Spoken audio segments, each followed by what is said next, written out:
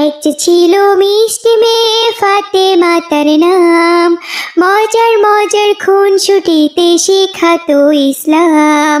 বাবা মায়ের বাধ্য ছেলে ওমর যে তার নাম, মজার মজার দুষ্টুমিতে সেও শেখাতো ইসলাম। ছোট্ট সোনামণিরা, তোমরাও যদি ফাতেমা ওমরের সাথে ইসলাম শিখতে চাও তাহলে এক্ষুনি আমাদের চ্যানেলটি সাবস্ক্রাইব করে দাও। আর কদিন পরে কোরবানির ঈদ।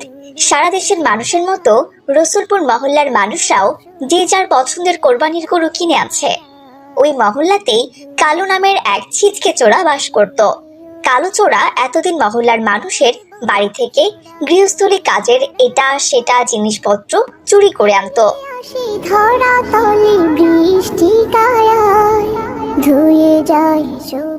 আরে এই কি দেখতেছি আমি? মহল্লায় তো দেখতেছি গরু কেনার ধুম পড়ে গেছে। ওরে বাবা, সবাই কত বড় বড় সুন্দর সুন্দর গরু কিনে আনতাছে।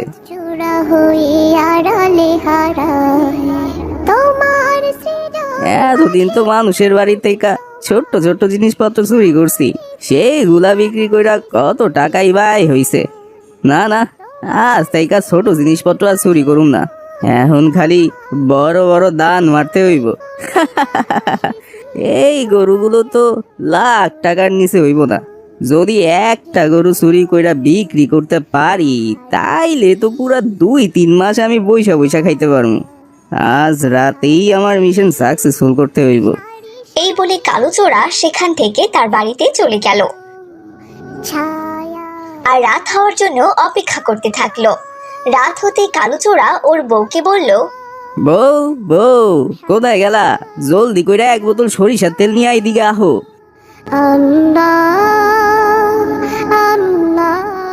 আরে আরে, কি হয়েছে?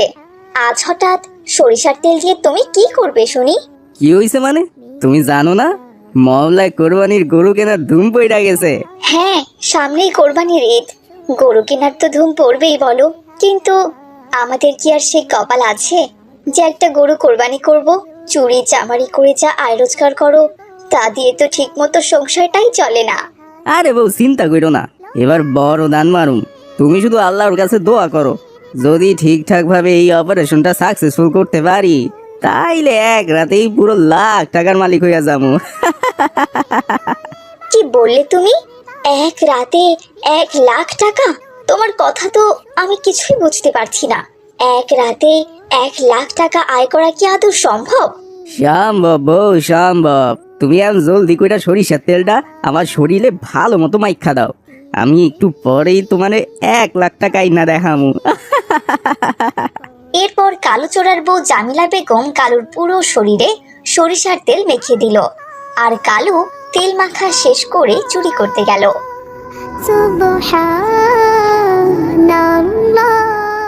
ওরে বাবারে, এইটা কিসের সাথে হুজুর খাইলাম?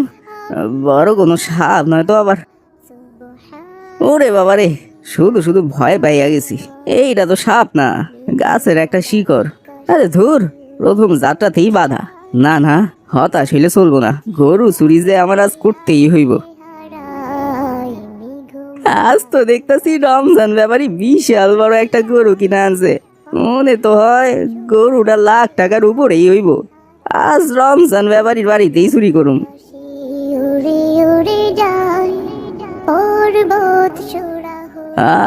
কি গাবি রে বাবা, একেবারে খাঁটি অস্ট্রেলিয়ান। আমি তো ভাবছিলাম গরুটা লাখ টাকা হইব, কিন্তু এখন তো দেখতেছি গরুটা 2-3 লাখ টাকার বেশি হইব। না না, আর দেরি করুন ঠিক হইব না, তাড়াতাড়ি গরুটা লইয়া কাইটটা পড়ি। ধুয়ে যায় সবুজের আনন্দতায়, মেঘমালা আকাশে উড়ে উড়ে যায়। এত সহজে যে গরুটা চুরি করতে পারো বুঝতেই পারি নাই। সবাই তো জানে এই মহল্লায় কোনো গরু চুরি হয় না, এই জন্যই গরুগুলোকে তেমন প্রোটেকশন দিয়ে রাখে নাই। যাক বাবা, ভালোই হইলো, খুব দ্রুত একটা দান মাইরা দিলাম। বউ ও বউ, দরজা খোলো বউ। কি হয়েছেটা কি? তুমি না এইমাত্র গেলে আর এত তাড়াতাড়ি চুরি করা হয়ে গেল? এ কি, এই গরুটা আবার কোথায় পেলে তুমি? হ্যাঁ, এই রাতের বেলা আবার কার গরু ছুটে এসেছে? আরে বউ, গরুটা ছুড়ে আসে নাই, আমি এটারে চুরি কইরা আনলাম। কি বললে? তুমি কিনা গরুটা চুরি করেছো? হায় আল্লাহ, এই তুমি কি করেছো? এই মহল্লার সবাই জানে তুমি ছোটখাটো চুরি করো, কিন্তু আজ তুমি এত বড় গরু চুরি করে আনলে। এটা যদি সবাই জানতে পারে তাহলে তোমার কি হাল হবে সেটা কি তুমি বুঝতে পারছো? তার উপর এটা কোরবানির গরু, আল্লাহ তাআলা যে পাপ দেবেন। আরে বউ, তুমিও তো ভাইবো না তো, সারা বছর কি ছোট ছোট জিনিসপত্র চুরি কইরা গরিব থাইকা যাবো নাকি? এইবার মন মানসিকতা একটু বড় করো। এই গরুটা বিক্রি করলে প্রায় 2 থেকে 3 লাখ টাকার মতো পামু। আমাদের লাইফটা পুরো সেট হইয়া যাইবো বউ। না না, আমার লাইফ সেট লাগবে না। তুমি যার গরু তাকে ফিরিয়ে দিয়ে এসো। লোকজন যদি জানতে পারে তুমি গরু চুরি করে এনেছো তাহলে যে তোমাকে মারতে মারতে ওরা মেরেই ফেলবে। আরে ধুর, কিচ্ছু টের পাইবো না। আল্লাহর নাম কইরা গরুটারে আমার ঘরের ভেতরে লুকাইয়া রাইখা দিমু। রহিমপুর মহল্লাতে আমার এক বন্ধু আছে, ও চুরির গরু কেনে। ওর কাছে গিয়া গরুটা বিক্রি কইরা দিমু, তাইলে আমরা পুরো 2-3 লাখ টাকা পাইয়া যাবো। আজকের মতো গরুটা ঘরেই থাক, কালকে আমার বন্ধুরে আমি খবর দিয়া নিয়ে আসুম, বুঝছো?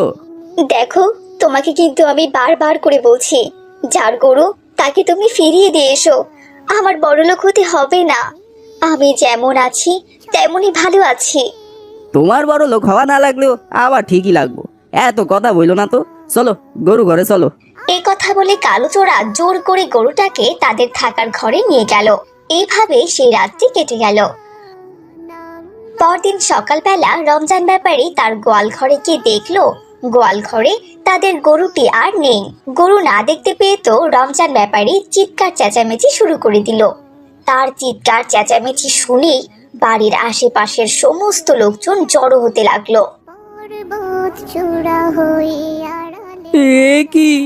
এ কি সর্বনাশ হয়ে গেল আমার! কে করলো এমন কাজ? কে আমার গরুটা চুরি করে নিয়ে গেছে? আমি এখন কি কোরবানি দিব? কিছুই তো বুঝতে পারছি না। আমাদের এই মহল্লায় এর আগে তো কখনোই গরু চুরি হয়নি। শুধু চুরি হওয়ার মধ্যে হতো দু একটা গৃহস্থলীর জিনিসপত্র।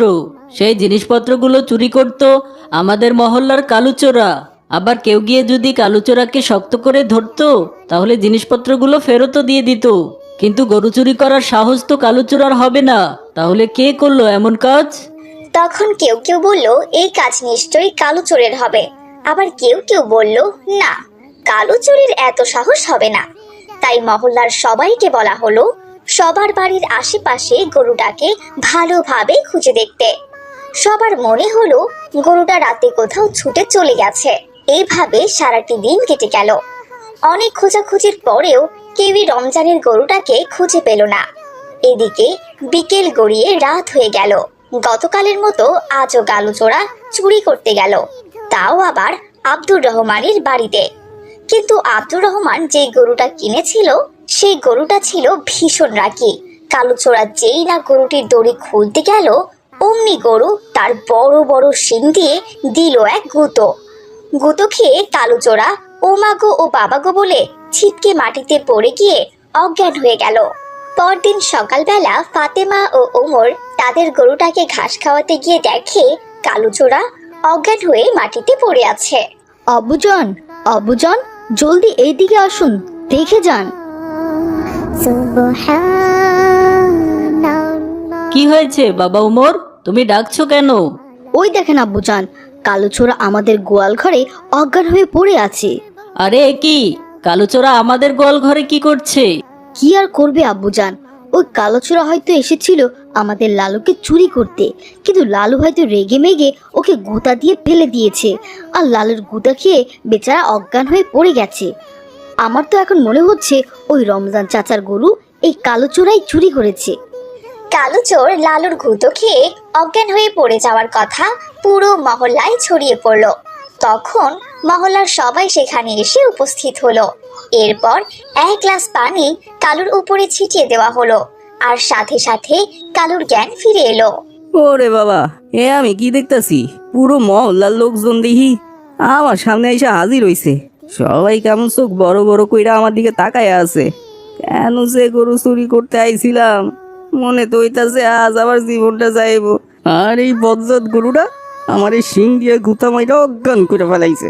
কি রে কালু, কি ব্যাপারটা কি? হ্যাঁ, তুই তাহলে ছিচকে চোর থেকে এখন গরু চোরে পরিণত হয়েছিস? আব্দুর রহমান ভাইয়ের গোয়াল ঘরে কেন এসেছিস? হ্যাঁ, আর তুই আমার গরুটা কোথায় রেখেছিস বল। বিশ্বাস করেন ব্যাপারী সাহেব, আমি চুরি করতে আহি নাই। আমি তো আইছিলাম আব্দুর রহমান ভাইয়ের গরুটা এক নজর দেখতে আর ওই ঘাস খাওয়াইতে, কিন্তু বজ্জাত গরুটা ঘাস না খাইয়া উল্টা আমারে গুতো বাইটা ফালাইয়া দিছে। ও, আমাদের ভুজুং ভুজুং বোঝাচ্ছিস তাই না? তুই যদি ঘাস খাওয়াতে এসে থাকিস তাহলে ঘাস কোথায় গেল? লালু তোকে যদি গুঁতো মেরে ফেলে দেয় তাহলে তো ঘাসও ছিটকে পড়ে যাওয়ার কথা। এখানে ঘাস কোথায়? বইরা তো গেছিল ব্যাপারী সাহেব, কিন্তু এই বজ্জাত গরুটা খাইয়া নিছে আর আমার এখন ফাঁসাইয়া দিতাছে। এমন রূপকথার গল্প শুনিয়ে কোনো লাভ হবে না, বুঝলি? বল, আমার গরুটা কোথায় রেখেছিস? আমি ভালো করেই জানি আমার গরুটা তুই চুরি করেছিস। এখন যদি এক্ষুনি আমার গরু বের করে না দিস তাহলে সবাই মিলে ধরে তোর হাত কেটে দেব। ইসলামের চুরির শাস্তি এটাই। না না, আপনারা আমার স্বামীকে কিছু করবেন না। এই নিন ব্যাপারী সাহেব আপনার গরু। আমি ওকে অনেকবার বলেছি গরুটা ফেরত দিতে, কিন্তু কিন্তু ও আমার কোনো কথাই শোনেনি। তাই আমি নিজে আপনার গরু আপনাকে ফেরত দিতে এলাম। আমার স্বামীকে দয়া করে মাফ করে দিন। আমি আমি কথা দিচ্ছি ও আর কোনো দিন কোরবানির গরু চুরি করবে না। আর তাছাড়া শুধু কোরবানি কেন, ও আর কোনো দিন কোনো চুরি চামারি করবে না। আচ্ছা ঠিক আছে, তুমি বললে বলেই আমরা সবাই ওকে মাফ করে দিলাম। শোন কালু, আজ তুই তোর বউয়ের জন্য ক্ষমা পেয়ে গেলি। ফের যদি আর কোনোদিন এমন চুরি চামারি করেছিস তাহলে তোর আর সেদিন রক্ষা নেই। চুরি চামারি ছেড়ে দিয়ে ভালো মানুষ হয়ে বেঁচে থাক, বুঝলি? এরপর থেকে কালুচোরা আর কখনোই চুরি করেনি। কষ্ট করে দিনমজুরের কাজ করে সে এখন তার সংসার চালায়।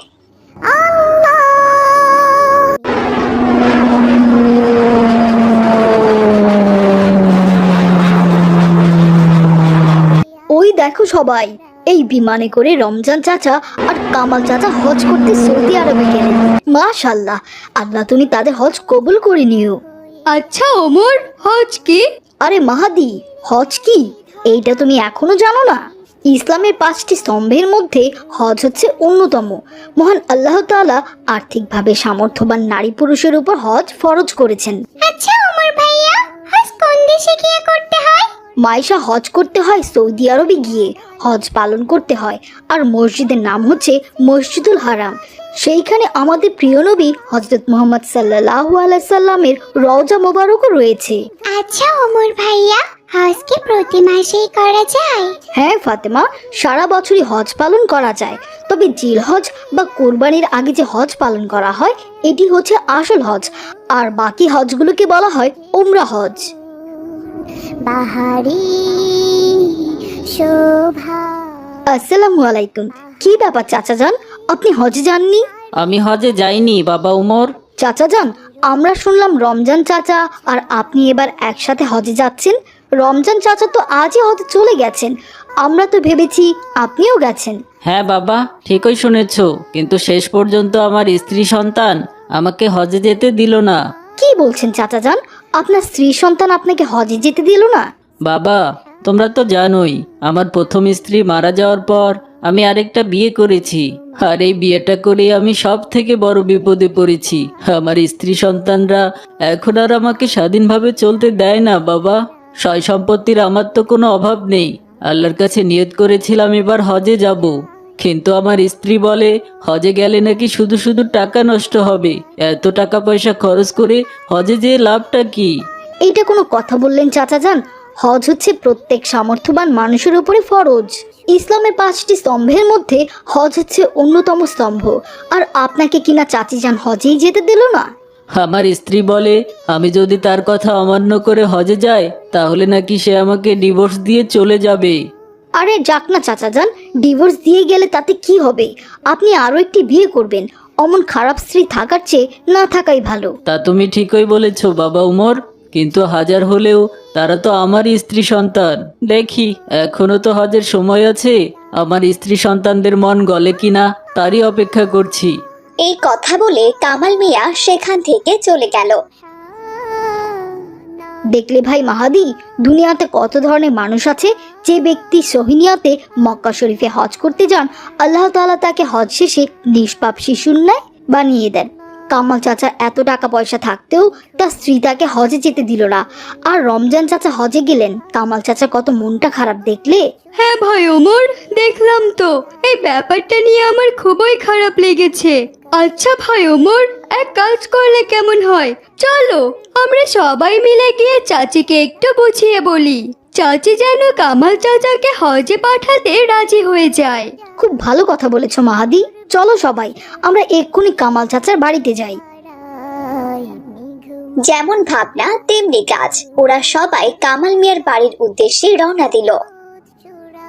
চাচি যান বাড়িতে আছেন? ফিরে আসি ধরা তলে বৃষ্টি কায়ায়, ধুয়ে যায় সবুজের। কি তোমরা তোমরা আমাদের বাড়িতে কেন এসেছো? হ্যাঁ মিলি, চাচি যান কোথায়?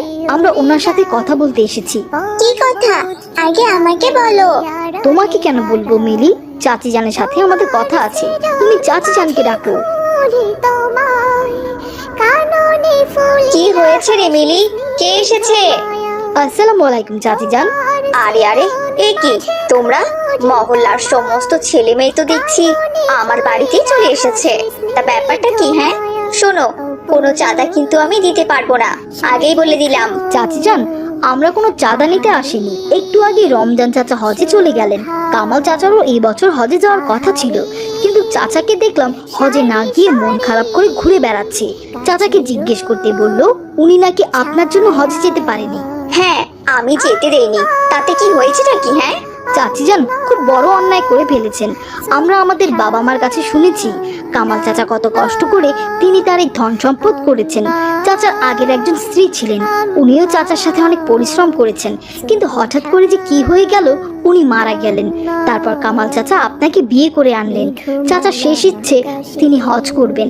আল্লাহ তাআলা তাকে হজ করার সামর্থ্যও দিয়েছেন, আর আপনি কিনা তাকে হজে যেতে বারণ করেছেন। ওনার এত ধন সম্পত্তি সবকিছু তো আল্লাহ তাআলাই দিয়েছেন, তাহলে আপনি বাধা দেওয়ার কে বলুন তো? কি বললে? আমি বাধা দেওয়ার কে? এত টাকা পয়সা খরচ করে হজে কেন যেতে হবে শুনি? উনি রোজা পালন করছেন, নামাজ কালাম পড়ছেন, গরিবদের দান সদকা করছেন, তাতে কি হচ্ছে না? আবার 8-10 লাখ টাকা খরচা করে হজে যেতে হবে? চাচি যান, আপনি এটা কোনো কথা বললেন? হজ তো তাদের উপরে ফরজ। আল্লাহ তাআলা যাদেরকে সহায় সম্পত্তি দান করেছেন, মাশাআল্লাহ চাচা যান যদি 8 থেকে 10 লাখ টাকা খরচ করে ফেললেও তবুও তার সংসারে করে ঘাটতি হবে না। না না, আমি এই সংসার থেকে 1 টাকাও খরচ করতে দিব না। বৃদ্ধ বয়সে আমাকে উনি বিয়ে করে এনেছে, উনি তো আর 2 দিন পরেই এই দুনিয়া ছেড়ে চলে যাবেন। উনি চলে যাওয়ার পর আমার তখন কি হবে? হ্যাঁ, তখন তো এই ধন সম্পত্তি গুলোই আমাকে বাঁচিয়ে রাখবে। আর তোমরা কিনা বলছো আমি ধন সম্পত্তি খরচ করে ওনাকে হজে পাঠাবো? কখনোই না। চাচি যান, এইটা আপনি কি বললেন? আল্লাহ তাআলা কার কতদিন হায়াত রেখেছেন সেটাকে আপনি বলতে পারেন? এমনও তো হতে পারে চাচা যান এর আগেও মারা যেতে পারে, এমনকি আপনার মেয়ে মিলিও মারা যেতে পারে। আপনি এটা ঠিক করছেন না চাচি যান। চাচা যান হজে যেতে না পেরে খুবই দুঃখ পেয়েছে, আর তাছাড়া মহল্লায় তো তার একটি মান সম্মানেরও ব্যাপার রয়েছে। সবাই জানে উনি এবার হজে যাবেন। আপনি আর না করবেন না চাচি যান, এখন সময় আছে। আপনি চাচা যানকে হজে পাঠিয়ে দিন। না না না, আমি কিছুতেই ওকে হজে পাঠাবো না। কামালের বউ যখনই এসব কথা বলছিল, তখনই কামাল মিয়ার বউ ঠাস করে মাটিতে অজ্ঞান হয়ে পড়ে গেল। তারপর সবাই ধরাধরি করে তাকে বিছানায় নিয়ে গেল। এরপর ডাক্তার এসে বলল, কামাল ভাই, আপনার স্ত্রী স্ট্রোক করেছেন, উনি আর কোনোদিন হাঁটাচলা করতে পারবেন না। এখন থেকে ওনাকে হুইল চেয়ারে চলাফেরা করতে হবে। আর উনি কথাও বলতে পারবেন না, কিন্তু সবার কথা শুনতে পারবেন। আমি ওনাকে ইঞ্জেকশন দিয়ে দিয়েছি আর প্রেসক্রিপশন লিখে দিয়েছি। এই ওষুধগুলো নিয়ে এসে ওনাকে নিয়মিত খাওয়াতে থাকেন। আচ্ছা ঠিক আছে ডাক্তার সাহেব।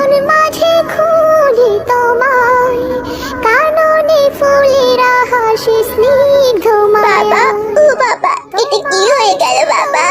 মা নাকি আর কোনোদিনও উঠে দাঁড়াতে পারবে না, কথাও বলতে পারবে না।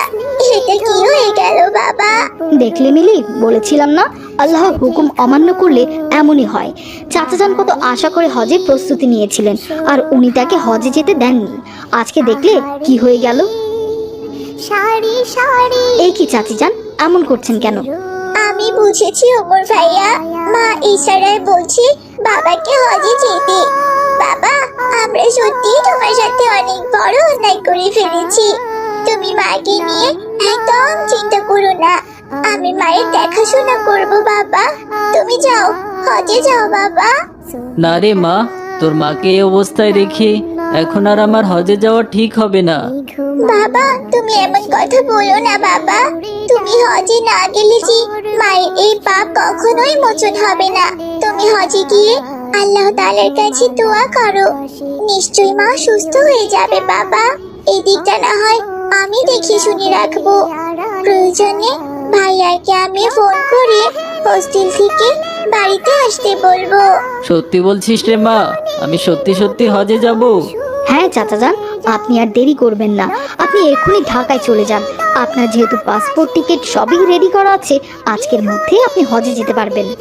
হজে যাওয়ার কথা শুনে কামাল মিয়া খুব খুশি হয়ে গেল।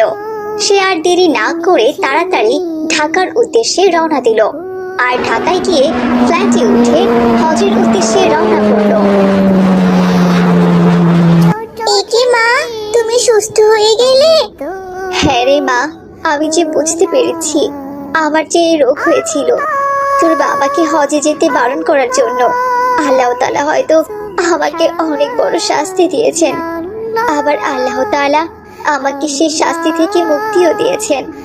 আমি আর কখনোই আল্লাহ তাআলার কাজে বাধা দেব না মা। আমি এখন থেকে একদম ভালো হয়ে যাব, 5 ওয়াক্ত সালাত আদায় করব, আর আল্লাহ তাআলার বিধি বিধান সব মেনে চলবো। মেঘমালা আকাশে উড়ে উড়ে যায়, পর্বত চূড়া হয়ে আড়ালে হারায়। বন্ধুরা, আর কদিন পরেই তো কোরবানির ঈদ। তোমরা কি সবাই কোরবানির গরু কিনেছো? হ্যাঁ ভাই ওমর, আমরা বড় একটা কোরবানির গরু কিনেছি। হ্যাঁ ওমর ভাইয়া, আমরাও বড় একটি কুরবানির গরু কিনেছি। ওমর ভাইয়া জানো, আমরাও সাদা রঙের বড় একটা কুরবানির গরু কিনেছি। কোরবানির জন্য আমরা একটা লাল রঙের গরু কিনেছি। চূড়া হয়ে আড়ালে কি ব্যাপার মালিহা, তুমি চুপ করে আছো যে? তোমরা কি কোরবানির গরু কিনোনি? কাননে ফুলের মালিহা, তুমি কথা বলছো না কেন? তোমরা কি সত্যি কোরবানির গরু কিনোনি? এখানে তো লজ্জার কিছু নেই। বলো, তোমরা গরু কিনতে না পারলে আমরা তোমাকে সাহায্য করব। ওমর ভাইয়া, আমরা কোরবানির জন্য একটা গরু কিনেছি, কিন্তু আমার বাবা একা কিনতে পারেননি, 7 ভাগে কোরবানির গরুটা কিনেছেন। কি ব্যাপার মাহাদি, তুমি হাসছো কেন? এজন্যই আমি বলতে চাইনি ভাইয়া, তোমরা সবাই 7 ভাগে কোরবানির গরু কেনার কথা শুনে হাসাহাসি করবে বলে। শুনলে ভাই ওমর মালিহার কথা? ওরা নাকি 7 ভাগে কোরবানির গরু কিনেছে। হে কথা শুনেই তো আমি হাসি আটকাতে পারছি না ভাই ওমর। 7 ভাগে একটা গরু কোরবানি করলে ওরা আর কতটুকুই বা মাংস ভাগে পাবে বলো? মাহাদি, তুমি দেখছি কোরবানি সম্পর্কে একেবারে অজ্ঞ। তুমি কি কোরবানির মাসালা জানো না? প্রত্যেক সামর্থ্যবান নরনারীর ওপর কোরবানি ওয়াজিব করা হয়েছে। এই যেমন ধরো, যাদের নিসাব পরিমাণ সম্পত্তি আছে, কোরবানি তাদের ওপরেই ওয়াজিব। কিন্তু কারো যদি পুরো একটা পশু কোরবানি দেওয়ার সামর্থ্য না থাকে, তাহলে সে 1 ভাগ, 2 ভাগ, 3 ভাগ, এমনকি 7 ভাগেও কোরবানি করতে পারবে। এই সম্পর্কে হাদিসে কোনো মানা নেই। তাহলে তুমি কেন শুধু শুধু হাসাহাসি করছো মাহাদি বলো? তবুও ভাই, ছোট্ট একটা করে 7 ভাগে কোরবানি করলে কতটুকুই বা আর মাংস হয়? আর তাছাড়া পাগুলোই বা কে নেবে, আর ভুঁড়িটাই বা কে নিবে? এগুলো নিয়ে তো মারামারি লেগে যাবে ভাই। মাহাদি, তুমি আসলে সব বিষয়ে একটু বেশি বোঝো। 7 ভাগে কোরবানি করলে অংশীদারদের এমন হতে হবে যে ওদের ভাগ নিয়ে কোনো অভিযোগ থাকা যাবে না, এবং 7 ভাগ দাঁড়িপাল্লায় উঠিয়ে মেপে সমান ভাগে ভাগ করতে হবে, যাতে কারোর 1 টুকরো মাংস বেশি না হয়, আবার কমও না হয়। আর কোরবানির পশুর যে যে অংশগুলো হালাল, সেগুলো সমান ভাগে ভাগ করতে হবে। আর চামড়াটা বিক্রি করে সেই টাকা গরিব মিসকিন অথবা মসজিদে দান করে দিতে হবে। তবে কোনোভাবেই 7 জনের অধিক মানুষ, যেমন 8 ভাগে কোরবানি করতে পারবে না। আর প্রত্যেকজন মানুষের সমান টাকার অংশীদার থাকতে হবে। কিন্তু ভাই ওমর, সেটা তো বুঝলাম, কিন্তু এই 7 জন মানুষের মধ্যে যদি একজনও খারাপ মানুষ থাকে যার আয় রোজগার অবৈধ, তাহলে তো তখন কারোরই কোরবানি হবে না। তখন কি হবে বলো? হ্যাঁ ভাই, এটা তুমি গুরুত্বপূর্ণ একটা কথা বলেছো। তবে যারা ভাগে কোরবানি করবে তাদের অবশ্যই টাকা হালাল থাকতে হবে। অংশীদারদের মধ্যে কারো টাকা যদি হারাম হয় তাহলে কারো কোরবানি কবুল হবে না। এটাই ভাগে কোরবানি দেওয়ার অসুবিধা ভাই। ফিরে আসি ধরা তলে বৃষ্টি কায়ায়, ধুয়ে যায় সবুজে। আসসালামু আলাইকুম রহিম চাচা, কেমন আছেন? ওয়ালাইকুম আসসালাম বাবা ওমর। আলহামদুলিল্লাহ, আল্লাহ তাআলা অনেক ভালো রেখেছেন। রহিম চাচা, আপনি কোরবানির জন্য ছাগলটা কিনে আনলেন বুঝি? হ্যাঁ বাবা ওমর, ছাগলটা কোরবানির জন্য কিনে আনলাম। তুমি তো জানোই বাবা, আমরা গরিব মানুষ, বড় একটা গরু কোরবানি দেওয়ার সামর্থ্য আমাদের নেই। আর ভাগে যে কোরবানি করতে যাব তাতে অন্য লোকের উপর ভরসা পাই না, কারণ সমাজটা তো অসৎ লোক দিয়ে ভরে গেছে। কার কেমন আয় রোজগার, বৈধ না অবৈধ, কিছুই তো জানি না। যদি কোরবানির ভাগে অবৈধ টাকা চলে আসে তাহলে তো কোরবানিটাই কবুল হবে না। হ্যাঁ চাচা, আপনি একদম ঠিক কাজ করেছেন। ভাগে কোরবানি দেওয়ার চেয়ে ছোট্ট ছাগল কোরবানি দেওয়া অনেক উত্তম। তবে চাচা, ছাগলটার বয়স যেন 1 বছরের নিচে না হয়। হ্যাঁ বাবা ওমর, এই ছাগলটার বয়স 1 বছরের উপরেই। আমি ছাগলের মালিককে জিজ্ঞেস করে নিয়েছি। মাশাল্লাহ, খুব ভালো করেছেন চাচা যান। আচ্ছা, আমি তাহলে এখন আসি বাবা ওমর। আচ্ছা ঠিক আছে চাচা যান, আসসালামু আলাইকুম। ওয়ালাইকুম আসসালাম। মেঘমালা আকাশে উড়ে উড়ে। আচ্ছা ওমর ভাইয়া, কোরবানির ছাগলের বয়স যদি 1 বছরের উপরে হতে হয়, তাহলে কোরবানির গরুর বয়স কত হতে হবে? খুব ভালো প্রশ্ন করেছো মাইশা। কোরবানির গরুর বয়স অবশ্যই 2 বছরের উপরে থাকতে হবে। আর যে গরুর দাঁত উঠেছে এমন গরু কোরবানি দেওয়া উত্তম। তবে কোনো গরুর দাঁত না উঠলেও তার বয়স যদি 2 বছরের বেশি হয় সে গরুও কোরবানি করা যাবে। আচ্ছা ওমর ভাইয়া, গরু ছাগল ছাড়া আর কি কি পশু কোরবানি করা যায় যাচ্ছে? মাইশা, গরু ছাড়াও এই যেমন ধরো দুম্বা, ভেড়া, উট এগুলো কোরবানি করা যায়। তবে আমাদের দেশে উট দুম্বা তেমন বেশি পাওয়া যায় না, এজন্যই আমরা গরু ছাগল ভেড়া এগুলোই কোরবানি করে থাকি। আচ্ছা ওমর ভাইয়া, কোরবানির পশু কেমন হতে হবে? খুব ভালো প্রশ্ন করেছো ফাতেমা। কোরবানির পশু এমন হওয়া উচিত সুস্থ সবল, শক্তিশালী ও তরতাজা। যে পশুটি একাই হেঁটে হেঁটে কোরবানির মাঠে যেতে পারবে, তাকে অন্যের কোনো সাহায্য নিতে হবে না। আর পশুটির শরীরের হাড় হাড্ডি তেমন যাতে বোঝা না যায়, আর শরীরে যেন কোনো খুঁত না থাকে। এই যেমন ধরো কান কাটা, চোখ কানা, শিং ভাঙা এমন কোনো পশু না হয়। যেই পশুগুলোতে এমন কোনো খুঁত নেই সেই পশুগুলোই কোরবানি করা জায়েজ। আচ্ছা ভাই ওমর, কোরবানির মাংস কয় ভাগ করতে হয়? মাহাদি, কোরবানির মাংস 3 ভাগ করতে হয়। 3 ভাগ? 3 ভাগ মাংস কিভাবে বন্টন করতে হবে? কোরবানির মাংস সমান 3 ভাগ করে 1 ভাগ নিকটাত্মীয় স্বজন আর 1 ভাগ গরিব মিসকিনকে দান করতে হয়, আর তৃতীয় ভাগটি নিজে ভক্ষণ করতে হয়। আচ্ছা ভাই ওমর, আমরা কি শুধু কোরবানির দিনে কোরবানির পশু কোরবানি করতে পারবো, অন্য দিন কোরবানি করতে পারবো না? না ভাই, এ সম্পর্কে হাদিসে বলা আছে কোরবানি 3 দিন পর্যন্ত করা যায়। 3 দিনের যে কোনো দিন তুমি কোরবানি করতে পারবে, তবে ঈদুল আজহার দিন কোরবানি করা উত্তম।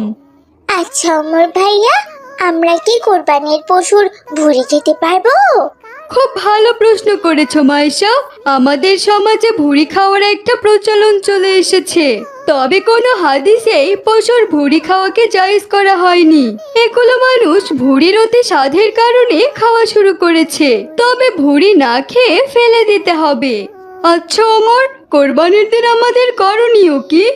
মাহাদি, কোরবানির দিনে সর্বপ্রথম আমাদের ঈদুল আজহার 2 রাকাত নামাজ আদায় করতে হবে। তারপর পশু কোরবানি করতে হবে এবং পশুর যাবতীয় নোংরা যেমন রক্ত, গোবর, ভুঁড়ি এগুলো পুঁতে রাখতে হবে। তারপর পশুর মাংস কেটে সেই মাংস ভাগ বাটোয়ারা করতে হবে এবং সবার মাঝে মাংস বিলি করে দিয়ে নিজের ভাগের যে অংশ থাকবে তা রান্না করে ভক্ষণ করতে হবে। এটাই আমাদের কোরবানির দিনের করণীয়। বাহ ওমর, তুমি দেখছি কোরবানি সম্পর্কে অনেক কিছু জানো। কোরবানি সম্পর্কে এত কিছু তুমি কার কাছে শিখলে ভাই? আমি আমাদের মসজিদের ইমাম সাহেবের কাছ থেকে কোরবানি সম্পর্কে সবকিছু জেনেছি, আর আজ আমি তোমাদের বললাম। আশা করি এরপর থেকে কোরবানি নিয়ে তোমাদের মাঝে আর কোনো দ্বিধাদ্বন্দ্ব থাকবে না। সবাই সুন্দরভাবে কোরবানির ঈদ পালন করবে, এ কামনাই করছি। বন্ধুরা, তোমরাও কিন্তু সবাই অবশ্যই কোরবানির এই নিয়মগুলো মেনে চলবে। আর তোমাদের বাসার আশেপাশে কোরবানির পশুর যাতে কোনো কষ্ট না হয় সেই দিকে খেয়াল রাখবে।